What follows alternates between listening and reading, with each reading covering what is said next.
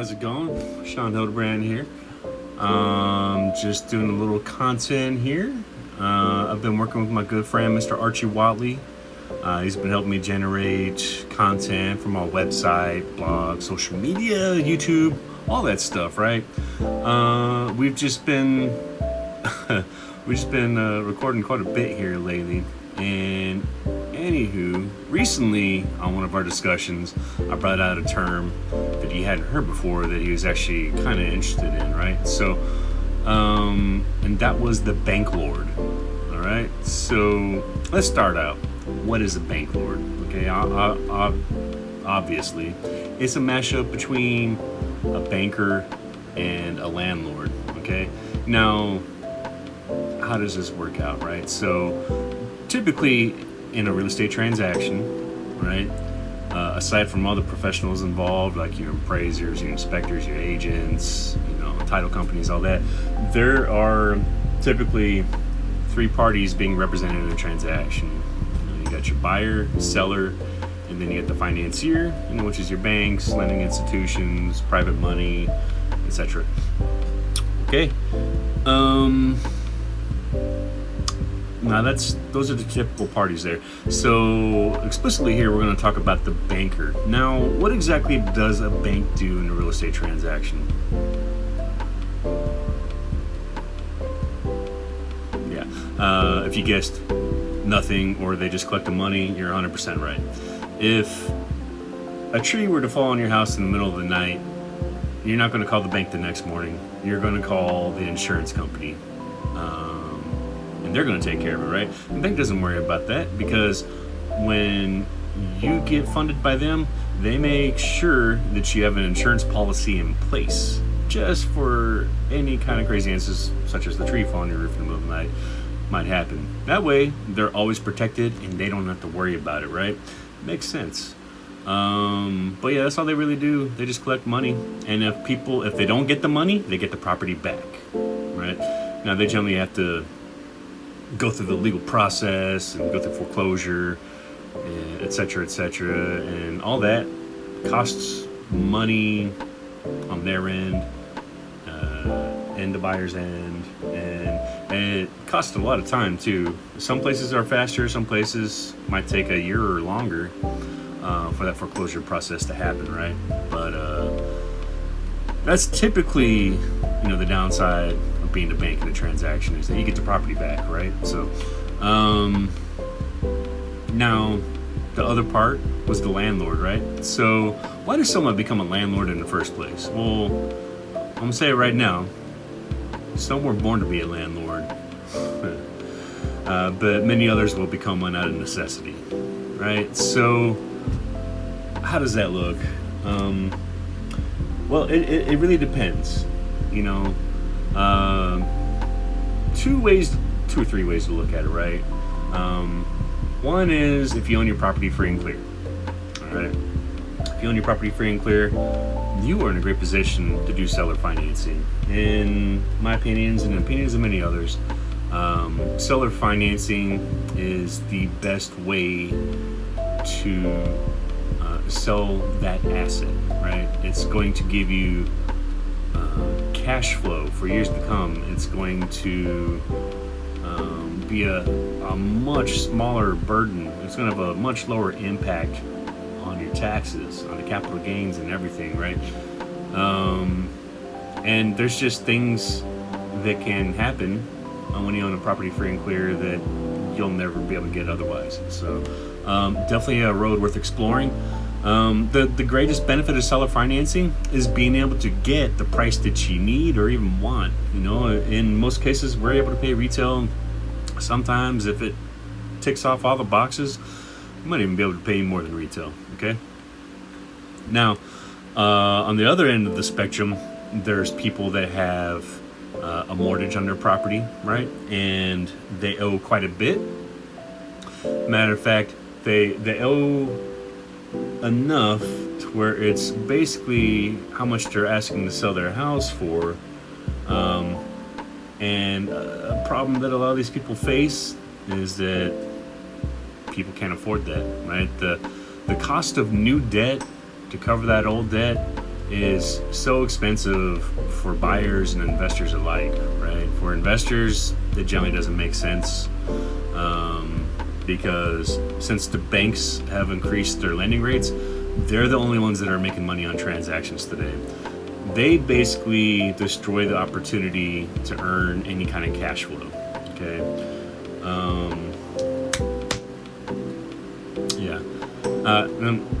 If you can't tell, I'm doing all this freestyle right now, so I'm just kind of working off the top of my head, trying to explain what this bank lord thing is.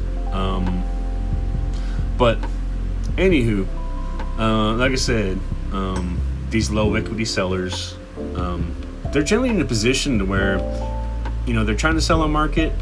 They're not getting the offers they need, or maybe they fall out at appraisal, and the only way that they're going to be able to sell these properties a lot of the times is if they can do a price reduction. Now, if you don't have much equity and you're already paying all these fees for closing costs and realtor commissions and this, that, and the other, man, it's going to be a hard pill to swallow, all right? Because you're going to either have to take nothing at the closing table, so you're going to lose your equity, and a lot of times people would have to bring a check to closing, right? You'd have to pay money to sell your house to someone else. That sounds terrible, right? And you don't have to do it.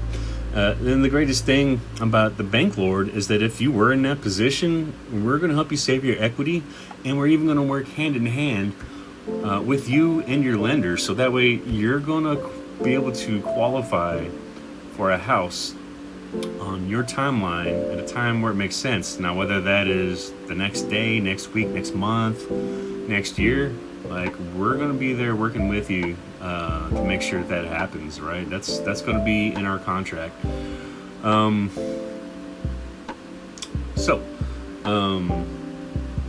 Definitely a great option for anyone that's in a low equity situation.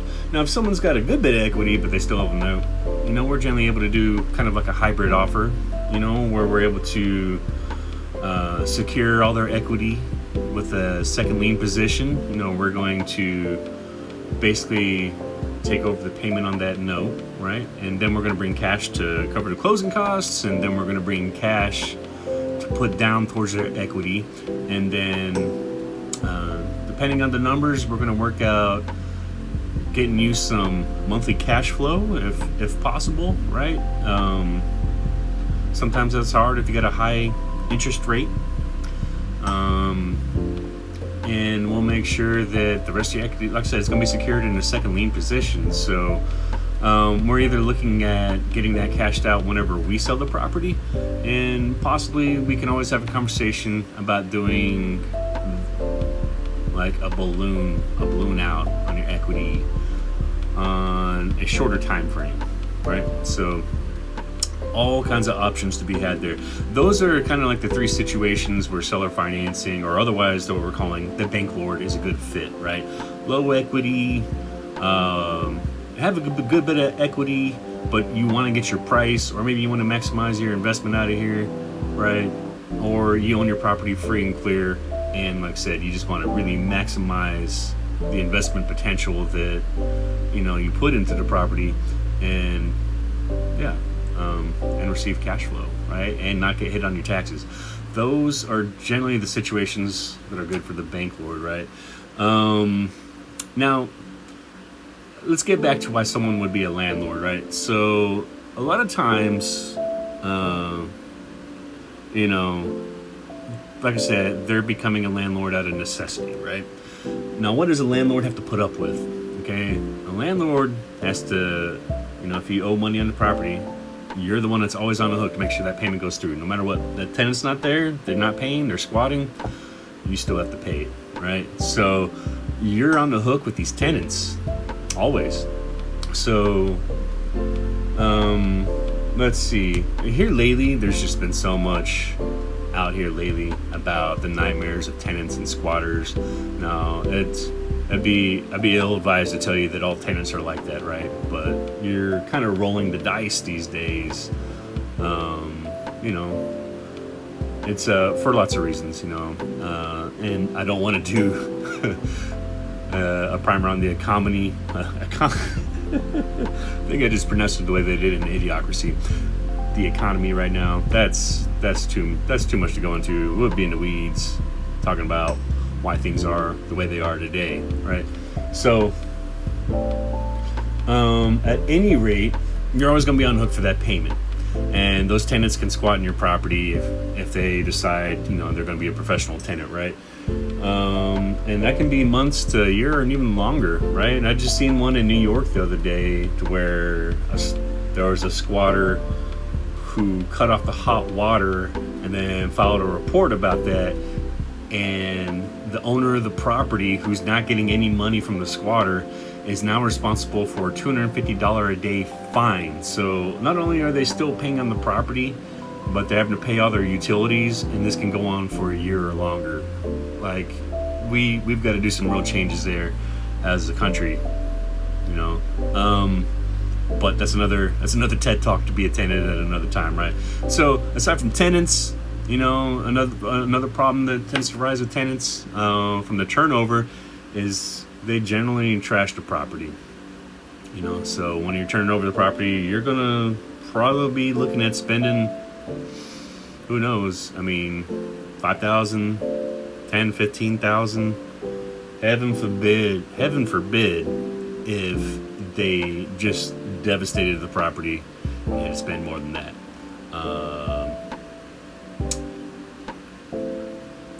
It definitely happens. I wouldn't say frequently, but enough to where a lot of people just don't want to have to deal with that, right? So, so they trash them out, and their toilets can blow up 4 o'clock in the morning. And what are they gonna do? Hopefully they know how to fix it, but unfortunately it's not their responsibility to make sure that toilet's working. So they could just let that thing cause all kinds of water damage throughout your property while you're the one that's on the hook to make sure it gets repaired. They'll probably be calling you, letting you know that, water went off in the toilet and it's overflowing everywhere, blah, blah, blah. You're going to have to take care of that immediately, one way or the other. If you want to take the time to try to call someone to get over there, and you got to wait for them to get over there on your time, that's going to be a lot of damage. That place is going to be flooded, right? So there's all kinds of nightmares that can go on from being a landlord. Not saying any of that stuff to scare anyone from being a landlord. If you have the dream and the vision and the means to be a landlord, it's definitely a great opportunity that we have here in America. Okay, but let's press on here, right?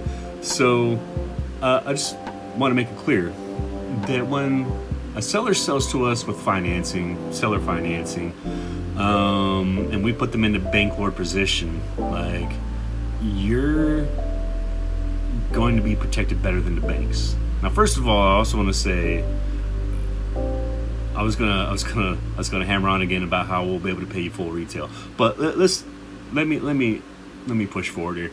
And like I said, you're gonna be protected better than the banks. Okay. Now, like I said, when someone doesn't pay on their bank note, like, the bank's gonna have to foreclose on them. And the foreclosure is a process, costs money, and it takes time, right? If we don't perform, and we include a performance addendum in every contract that protects everybody in the transaction, especially the seller, to the utmost degree, right?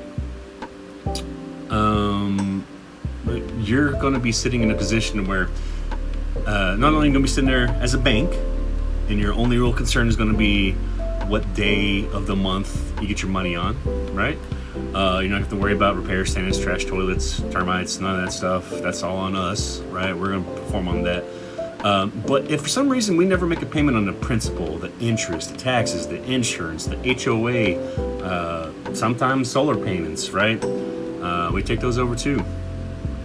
If we missed any of that, right, you're going to get what's called a deed in lieu, which means that basically, if we don't make those payments, any of those payments, for 45 days, you get the property deeded right back to you.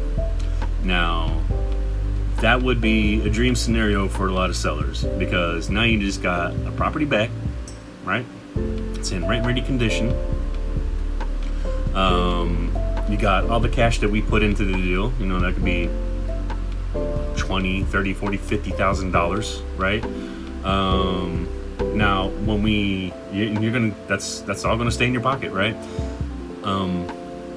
Now, aside from that, when we take over a property and we're looking to rent it out, a lot of times we set them up as midterm rentals for executives or long-term rentals as Airbnbs.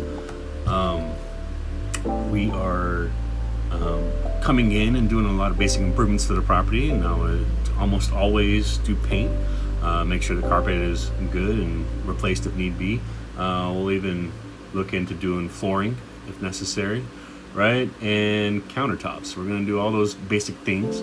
If we're doing them as midterm or short-term rentals, we're typically having to fully furnish these places, right? So that could be another $15,000, $20,000, just getting them set up. All right, so we put a lot into the deals, okay? And if we missed a payment, we're the worst investors ever. You know what I'm saying? Like, we would lose the $20,000, $30,000, $50,000, right? We would lose out on the $20,000 improvements that we put in. We would probably try to get our furniture back. Not gonna lie, but here's the spoiler alert. We've never once had to perform on a performance addendum, but it is definitely in there for your security. And like I said, it protects you better than a bank can ever be protected, right? Because banks aren't able to get those kinds of terms, and we're able to include those terms in our contracts. So yeah, honestly, a bank lord sits in the position of power with none of the problems of being a landlord. So it's completely a win-win-win strategy. All right, and even if you got your property listed with an agent, we're going to be able to work with them and make sure that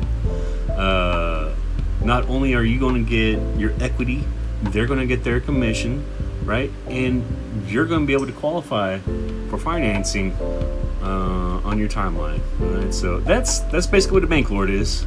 Sorry it took me forever to explain it, but you know, just trying to be thorough. All right, appreciate y'all. I hope this was informative, and I have no idea what we're going to do for the next one, but I guess we'll see y'all soon.